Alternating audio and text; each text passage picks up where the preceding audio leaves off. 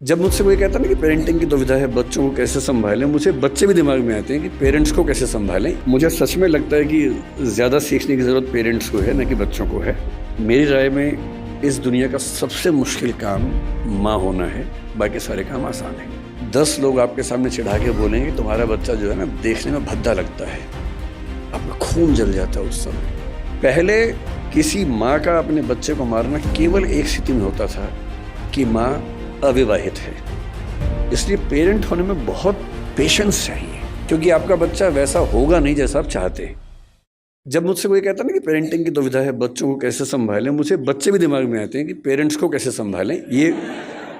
और मैं जनरली बच्चों के साथ खड़ा होता हूँ इस मामले में, पेरेंट्स के साथ में कम खड़ा होता हूँ। और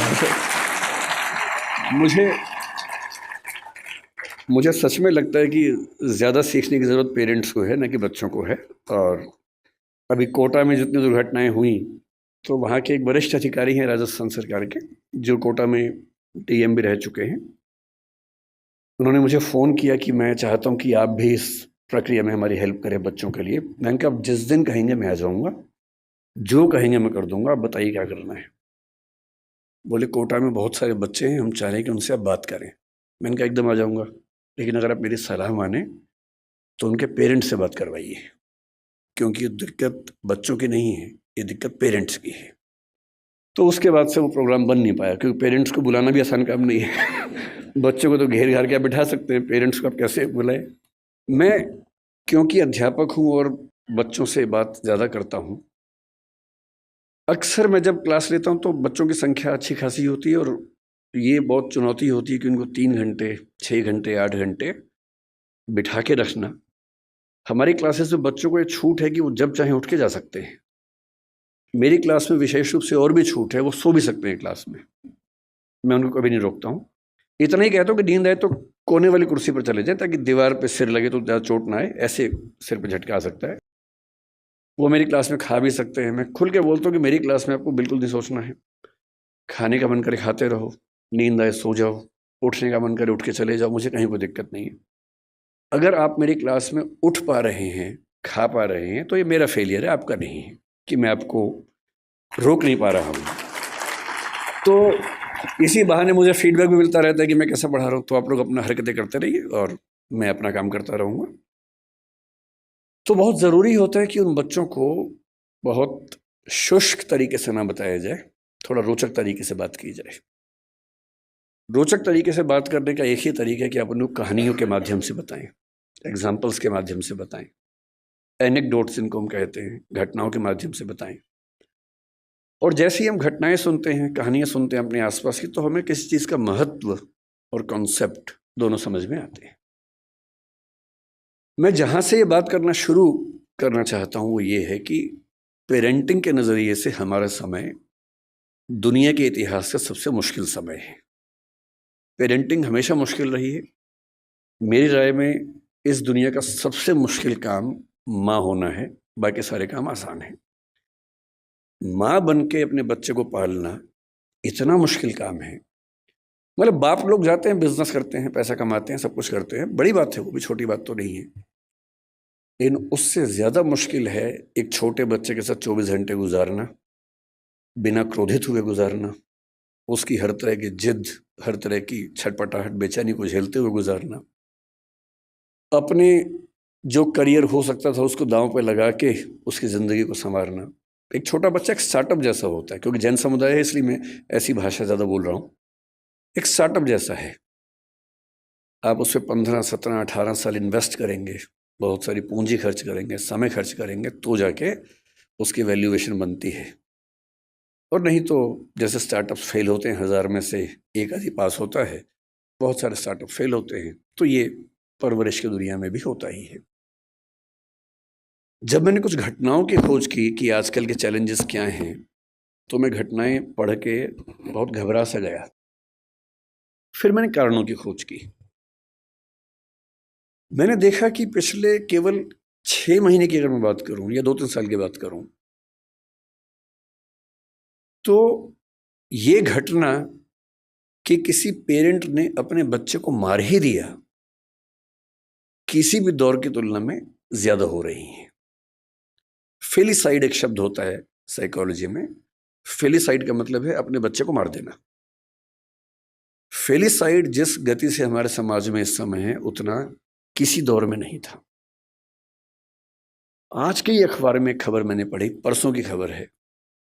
कर्नाटक का एक जिला है, उत्तरी कन्नड़ बोलते हैं उसको। एक माँ अपने बच्चे से इतनी परेशान हो गई, 6 साल का बच्चा था, ठीक से सुन नहीं सकता था, ठीक से बोल नहीं सकता था, कि अंत में उसने क्या किया, परसों एक नदी में जहां बहुत सारे मगरमच्छ थे अपने बच्चे को फेंक दिया। और जब खबर मिली प्रशासन को, प्रशासन गए, तब तक बच्चे का मतलब जो डर था वो हो चुका था, उसकी मौत हो गई थी। तो मैं सोच रहा था कि इतनी क्या बेचैनी हो गई होगी, ऐसा क्या हो गया होगा। फिर मुझे ध्यान है कि आज से करीब 4 महीने पहले गोवा और बेंगलोर के बीच का एक केस बड़ा प्रसिद्ध हुआ था। एक महिला जो एक एआई स्टार्टअप की फाउंडर थी, सीईओ थी, उसने अपने 4 साल के बच्चे को मार दिया, ऐसा आरोप है, और वो अभी जेल में है। हम सोचते हैं कि हमारे देश में ही हो रहा, नहीं, दुनिया भर में हो रहा है। न्यू जर्सी का एक केस पिछले 20 दिन से काफी पॉपुलर हो गया है। 3 साल पहले एक फादर न्यू जर्सी अमेरिका में था, 6 साल का बेटा है, थोड़ा मोटा है। अच्छा, पेरेंट होना बड़ा मुश्किल काम है, क्योंकि आप बचपन में खुद प्रतिस्पर्धाओं में लगे रहते हैं और पेरेंट बन के एक नए किस्म का कंपटीशन हो जाता है। इसका बच्चा पढ़ने में मेरे बच्चे से ज़्यादा अच्छा कैसे हो गया, उसका बच्चा दिखने में मुझसे मेरे बच्चे से अच्छा कैसे हो गया। एक अजीब सी प्रतिस्पर्धा जिंदगी भर चलती रहती है। इसलिए पेरेंट होने में बहुत पेशेंस चाहिए, क्योंकि आपका बच्चा वैसा होगा नहीं जैसा आप चाहते हैं। हम सब डिजाइनर बेबी चाहते हैं, ऐसा बच्चा लंबा इतना हो, सुंदर इतना हो, इतना स्मार्ट हो, पढ़ने में तो ऐसा हो कि सबको पीछे कर दे, समझदारी में तो अलग ही लेवल का हो, उसके बाद भी आज्ञाकारी इतना हो कि हमेशा पैर ही छूता रहे। ऐसा कॉम्बो है नहीं दुनिया में कहीं भी, और ऐसे कॉम्बो आप भी नहीं थे अपने पेरेंट्स के सामने। जब आप नहीं थे अपने पेरेंट्स के सामने, तो आप कैसे उम्मीद कर सकते हैं कि आपके बच्चे वैसे कॉम्बो बनेंगे? नहीं बन सकते। तो आपका बच्चा शायद पढ़ने में अच्छा होगा लेकिन थोड़ा मोटा होगा, पढ़ने में खराब है लेकिन दिखने में सुंदर है, दिखने में सुंदर हो गया, पढ़ने में भी अच्छा हो गया, पर बदतमीज है। कहीं ना कहीं तो मामला फंसेगा ही। और जब तक मामला घर के अंदर है मैनेज हो जाता है, जब बाहर जाने लगता है तो बड़ा पेशेंस चाहिए। लोग मजाक बनाएंगे आपके बच्चे का, 10 लोग आपके सामने चिढ़ा के बोलेंगे तुम्हारा बच्चा जो है ना देखने में भद्दा लगता है, आपका खून जल जाता है उस समय, अहिंसा का विचार हट जाता है उस समय। मन करता है कि अभी तो हिंसा हो ही जाए, बाद में अहिंसा देख लेंगे, ऐसा मन में आता है। स्वाभाविक सी बात है, सबके मन में आता है। तो उस आदमी के साथ जो हुआ न्यू जर्सी में, उसका बच्चा थोड़ा सा मोटा था। बहुत लोगों के बच्चे मोटे होते हैं, अमीर समाजों में ज़्यादा है, अमेरिका में ओबेसिटी ज़्यादा है, यूरोप में ज़्यादा है। मेरा ख्याल है कि भारतीय समाज में जैन परिवारों में दिक्कत थोड़ी ज़्यादा होगी, क्योंकि जैन समाज भारत का सबसे अमीर समाज है, तो ये खतरा ज़्यादा है। सीधी सी बात है, खतरा ज़्यादा है, क्योंकि जहाँ एफ्लुएंस ज़्यादा है, पैसा ज़्यादा है, सुविधाएं ज़्यादा हैं, वहाँ खतरा ज़्यादा है, सिंपल सी बात है। तो वो पेरेंट ऐसा था, बाप, एक दिन उसको शायद किसी ने कह दिया होगा तुम्हारा बेटा बहुत मोटा है, उसे गुस्सा आ गया। 6 साल का बेटा, उसने बेटे को पकड़ा कि चलो जिम चलो मेरे साथ। बेटे ने कहा पापा क्यों ले जा रहे हो, लेकिन उस समय उसको बचाने वाली माँ घर में नहीं थी, तो बाप घसीटता वो ले गया जिम उसको, और ट्रेडमिल चलाया कि चलो दौड़ो इस पे। ट्रेडमिल तेज कर दिया, बच्चा पूरी ताकत से दौड़ रहा है लेकिन नहीं दौड़ पा रहा, धम से गिरा नीचे। बाप ने 2 झापड़ मारे, फिर चढ़ाया ट्रेडमिल के ऊपर, 5-6 बार वो गिरा, और ऐसा गिरा कि उसकी मौत हो गई। और अब 3 साल बाद इस घटना के, लगभग 3 साल हो गए इस बात को, अब केस शुरू हुआ, उसके फादर जेल में हैं, 30 साल की सजा का प्रस्ताव दिया गया सरकार की ओर से, क्योंकि वहाँ प्ली बार्गेनिंग होती है कि इतनी सजा ले लो तो केस नहीं चलाएंगे, नहीं तो केस चलाएंगे। तो उसने कहा कि मैं सजा नहीं मानूंगा, तो केस चल रहा है, बाप जेल में। ये घटनाएं इतनी मात्रा में पहले नहीं सुनी जाती थी। पहले किसी माँ का अपने बच्चे को मारना केवल एक स्थिति में होता था कि माँ अविवाहित है, वो ऐसी स्थिति में फंस गई है कि कुछ कर नहीं सकती है, उसके लिए जिंदा रहना मुश्किल है, तब भी वो मारती नहीं थी, कहीं छोड़ देती थी, भाग जाती थी। ये घटनाएं बढ़ रही हैं, इसका मतलब पेरेंट्स का जो पेशेंस का लेवल है वो दुनिया के इतिहास का सबसे कम इस समय हो चुका है। एक तरफा नहीं है, ये बच्चों की साइड से भी है।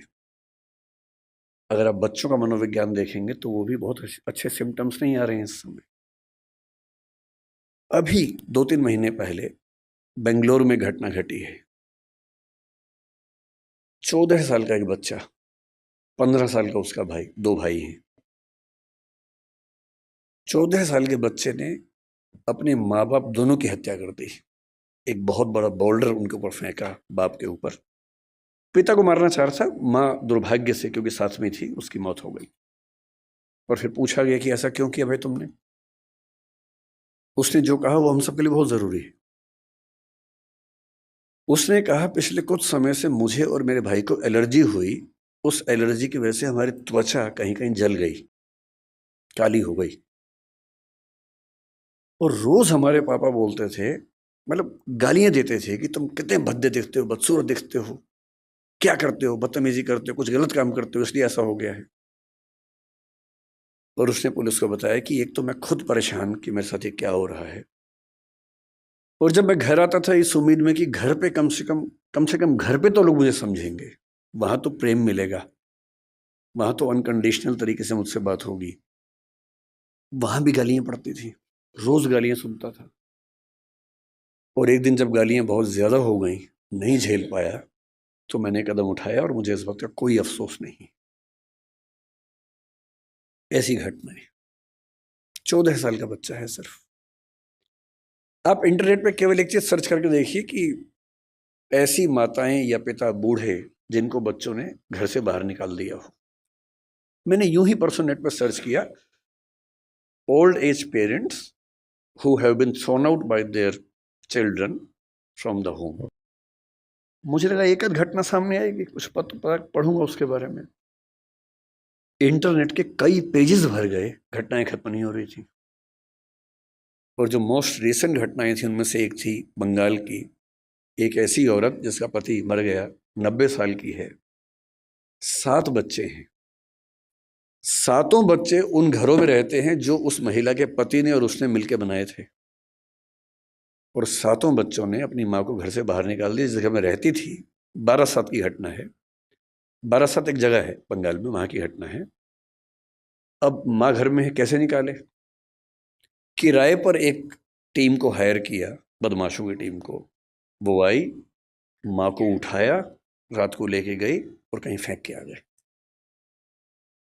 सिर्फ इसलिए कि इस बुढ़िया का झंझट कौन उठाए। जब ऐसी घटनाएं, आप भी पढ़ते ही होंगे अखबारों में, मैं भी पढ़ता हूँ। और जब जब ऐसी घटनाएं हमारे सामने आती हैं तो हमें बहुत केयरफुल हो जाना चाहिए कि कुछ ऐसा हो रहा है जो ठीक नहीं है। और ये मामला ये कह के टाल देना कि बच्चे आजकल ठीक नहीं हैं, ये पेरेंट्स का सबसे आसान सेफ मैसेज है कि आजकल के बच्चे ठीक नहीं हैं। हमें समझना चाहिए कि ये मामला बच्चों से ज़्यादा पेरेंट्स के लिए महत्वपूर्ण है, कि उनसे कहीं कोई ऐसी गलती तो नहीं हो रही कि ऐसी घटनाएं हमारे समाज में ज़्यादा हो रही हैं।